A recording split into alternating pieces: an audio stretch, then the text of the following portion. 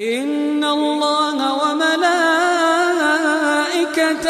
يصلون على النبي يا أيها الذين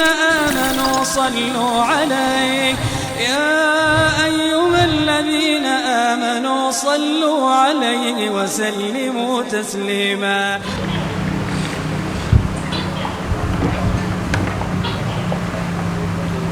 Bismillahirrahmanirrahim. Assalamualaikum warahmatullahi wabarakatuh. Waalaikumsalam warahmatullahi wabarakatuh. Alhamdulillahilladzi hadana bi'abdil mukhtar man da'ana ilayhi bi'idhnil wa qad hadana labbayka ya man dallana wa hadana.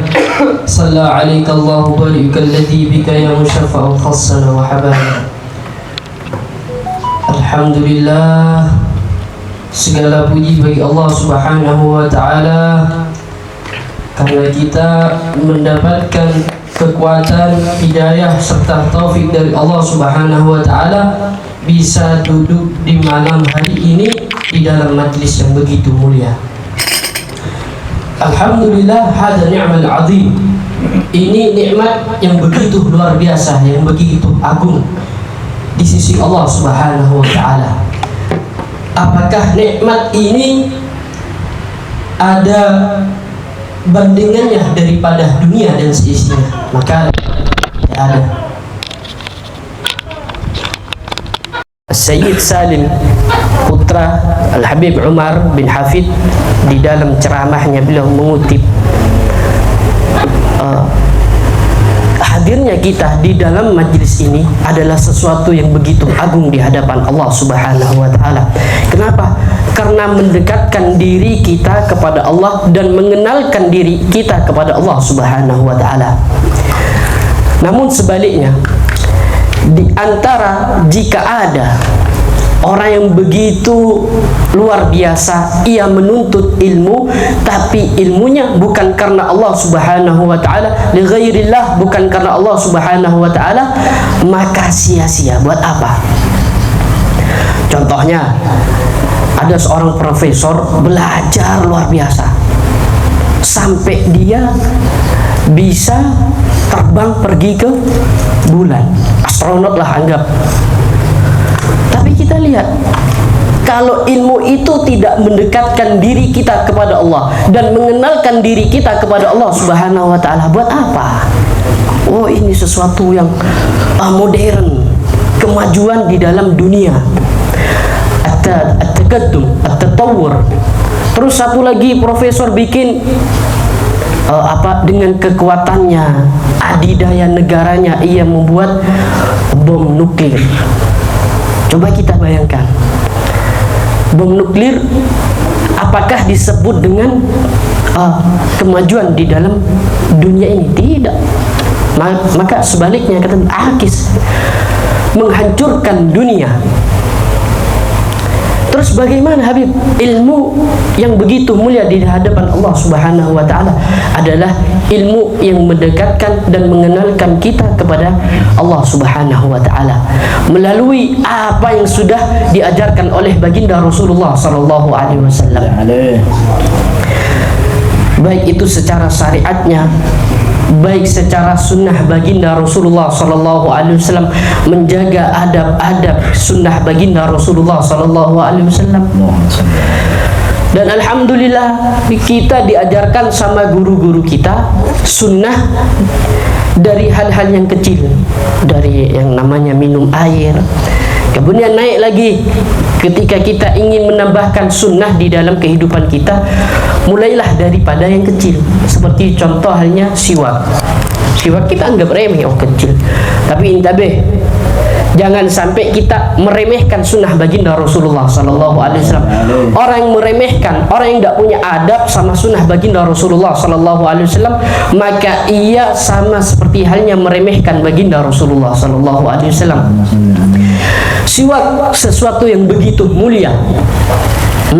Sampai di dalam riwayat para musuh-musuh Allah ketar-ketir, kalau bahasa sekarang ketar-ketir. Kenapa Habib? Karena melihat pasukan kaum muslimin sama orang-orang musyrikin, orang-orang kafir pada saat itu, lihat, oh kaum muslimin, pasukan muslimin makan kayu, takut. Belum perang sudah takut duluan. Kenapa? Orang muslimin ini makan kayu. Padahal yang digunakan adalah siwak sunnah baginda Rasulullah sallallahu alaihi wasallam. Dan apa? Kalau kita mengistiqomahkan siwak, insya Allah kita akan mendapatkan keberkahan di dalam kehidupan kita. Salah satunya contoh, Al-Habib Umar bin Muhammad bin Salim bin Hafid pernah bercerita, ada seseorang yang saleh, dia setiap saatnya baik bangun tidur dimanapun dia pasti membawa siwak. Dan di antara keistiqomahan orang saleh tersebut, ketika bangun dari tidurnya, alhamdulillahi ahyana ba'dama amatana wa ilaihin nusur, langsung cari siwak, pakai siwak, terus dilakukan. Sampai satu ketika ia tidur dan ia bermimpi, di dalam mimpinya melihat banyak orang yang datang. Banyak orang yang datang di dalam mimpinya, nangis. Kemudian dia ini dimandikan jenazahnya. Pada hakikatnya dia sudah meninggal. Tapi dia melihat kayak mimpi. Oh, ini mimpi. Kenapa orang kok banyak yang nangis ini? Mimpi orang banyak yang nangis, baca Yasin, ada yang mandikan jenazahnya. Setelah disolatin, dibawa ke kuburan, dimakamkan. Ketika sudah selesai sampai ke makam, sampai dalam kuburan, orang ini sama malaikat dibangunin sama Allah Subhanahu wa taala, dikembalikan lagi, dibangunin, bangun gelap gulita. Orang ini bangun, kata Habib Umar, orang ini bangun langsung alhamdulillah ahyana ba'dama amatana wa ilaihin nusur. Wain siwak, wain siwak. Mana siwaknya, mana siwak? Ya Abdullah, had siwak hak. Manggil anaknya, ya Abdullah, mana siwak Abah, mana nak? Siwak Abah, tidak ada. Kata malaikat, loh ini orang kenapa? Oh, ini kebingungan cari siwak gini. Ditanya, ditegur sama malaikat. Kamu, kata orang tersebut, kata orang soleh, loh ente ngapain di kamar ana berduaan? Ente ngapain di kamar ana berduaan? Kata malaikat, loh khalas, ini orang-orang yang mulia, ini orang-orang yang selalu istiqamah di dalam melaksanakan sunnah baginda Rasulullah sallallahu alaihi wasallam, pasti selamat orang ini, tidak mungkin celaka. Gara-gara keberkahan sunnah baginda Rasulullah sallallahu alaihi wasallam, gara-gara siwak, orang ini terbebas daripada pertanyaan malaikat mungkar dan nakir. Allahumma shalli ala Muhammad.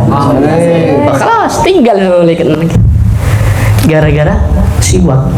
Cek ke dalam kuburan, nah posang si nyari apa? Siwak. Kalau kita bangun, wah cek muka, wah melak mata ki banyak biluk, nah habis sare. Mudah-mudahan kita mendapatkan hidayah dari Allah Subhanahu wa taala. Amin Allahumma amin. Alhamdulillah, alhamdulillah, guru-guru kita telah mengajarkan adab di dalam sunnah baginda Rasulullah sallallahu alaihi wasallam.